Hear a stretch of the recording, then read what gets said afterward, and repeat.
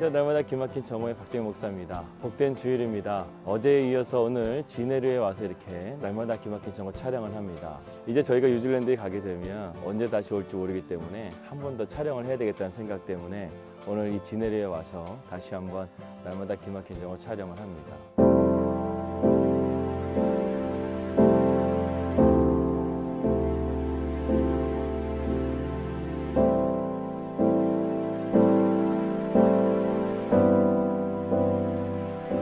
우리가 계속해서 바울의 전도 여행을 살펴보고 있습니다. 그래서 이번 한 주 동안 계속 루스드라에 대해서 좀 살펴보았습니다. 루스드라에서는 많은 사건들이 있었죠. 안전뱅이를 일으킨 사건, 또 그리고 디모데를 만나는 사건, 루스드라 사람들을 충동질하여서 바울을 돌로 쳐 죽게 하는 그러한 사건들, 여러 가지 사건들이 있었습니다. 바울은 루스드라에서 죽음까지 이르는 상황 가운데 처하게 되고 하나님께서 그를 다시금 살리셔서 복음의 사명을 끝까지 걸어갈 수 있도록 하나님께서 인도하여 주십니다. 루스드라 성 밖에서 바울은 일어난 다음에 다시금 성 안으로 들어와서 응급처치를 하고 그 피투성이가 된 몸을 가지고 다시금 바나바와 함께 더베로 떠납니다.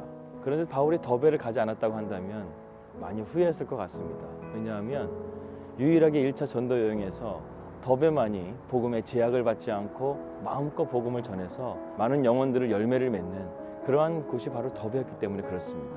그리고 바울이 더베에서의 사역을 마치고 돌아가는 그 과정도 참 은혜가 됩니다. 더베라는 지역에서 바울의 고향인 다소까지는 200km 정도가 됩니다. 어차피 수리아 안디옥으로 돌아가는 길이라고 한다면 바울은 자기의 고향인 다소를 거쳐서 수리아 안디옥으로 가면은 편안한 길이 이어지는 것이죠. 그런데 바울은 더베에서 복음을 증거하고 다시금 루스드라, 이고니온, 비시디아 안디옥으로 향합니다. 바울은 그곳을 거쳐가면서 그들에게 권면을 합니다. 너희들의 이 믿음이 머물게 하라는 것이죠. 여기서 머물게 하라는 그 뜻은요, 계속해서 진행형으로 말씀하고 있습니다. 너희의 믿음이 계속해서 자라나라는 거예요. 바울이 갈라디아 지역에 도착했을 때부터 바울은 복음을 전하는 핍박 가운데 계속해서 그 과정을 넘어서야 했습니다. 비시디아 안티옥에서 핍박을 당하게 되고, 그리고 이고니온에서, 그리고 루스드라에서 계속해서 핍박을 당하게 되는 것이죠. 그런 가운데서 바울이 그렇게 복음을 증거하는 가운데서 각 성마다 믿는 자들이 생겨났습니다. 그런데 루스드라에서 바울이 비시디아 안디옥과 이고니온에서 온 유대인들에 의해서 죽었다는 소문이 퍼져지게 되자 그들이 낭망하게 됩니다. 바울은 이것을 알았던 거예요. 그들이 낭망할까 봐, 그들의 믿음이 떨어질까 봐 바울은 더베에서 자신의 육신의 몸을 생각하지 아니하고 다소로 가지 아니하고 다시금 루스드라, 이고니온, 비시디아 안디옥을 향해서 가면서 그들의 믿음을 굳게 하면서 1차 전도 여행을 마무리 짓고 있는 것입니다. 우리가 보통 선교를 하게 될 때 일회성으로 선교하는 것은요, 선교사님에게 아무런 의미가 되지 않습니다. 지속적으로 그 지역을 향해서 집중적으로 선교를 해야지만 그 선교 지역에 믿음이 자라나고 신앙이 세워지는 그러한 것을 보게 되는 것이죠.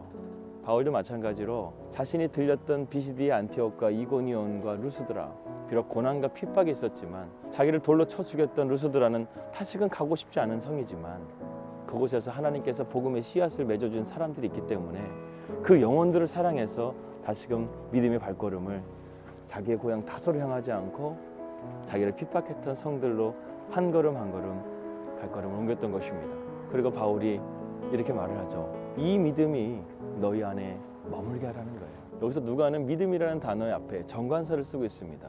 이 믿음이 너희로 머물게 하라는 거예요. 굳게 머물게 하라는 것입니다. 그렇다고 한다면 바울이 전한 이 믿음은 과연 무엇이겠습니까?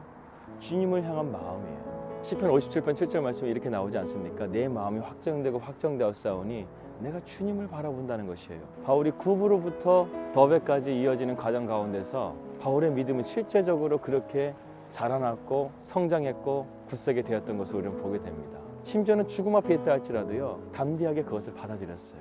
바울이 돌에 맞아 쓰러져 있었을 때 학자들은 그가 3층천까지 올라와서 하나님은 올라오신 그 신비를 보고 왔다고 얘기합니다.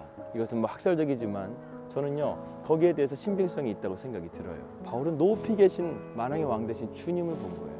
그래서 바울은 루스드라에서 일어나자마자 더베로 가서 복음을 증거하고 자기의 편한 길 다소로 가지 않고 go back, 거꾸로 돌아가면서 그 성마다 주님을 바라보고 있는 자들에게 믿음을 굳게 하라고 권면하고 1차 전도 여행을 마무리 지어가고 있습니다. 사랑하는 여러분, 우리 하나님은 선하신 하나님이십니다. 바울의 삶이 비록 믿음의 삶 가운데 고난과 역경이 있다 할지라도요, 훗날 바울을 통해서 하나님은 신약 성경이 13권이나 쓰게 하시고 그리고 이방인의 사도로서 위대한 바울이 되게 하셨습니다. 하나님의 놀라우신 계획 가운데 우리가 나아갈 수 있다고 한다면 주님께서 오늘도 여러분들의 발걸음을 인도하시고 여러분들의 삶을 위대한 삶으로 만들어 가실 것을 믿습니다. 그러한 주님과 동행하는 복된 삶이 되시기를 주님의 이름으로 기도합니다.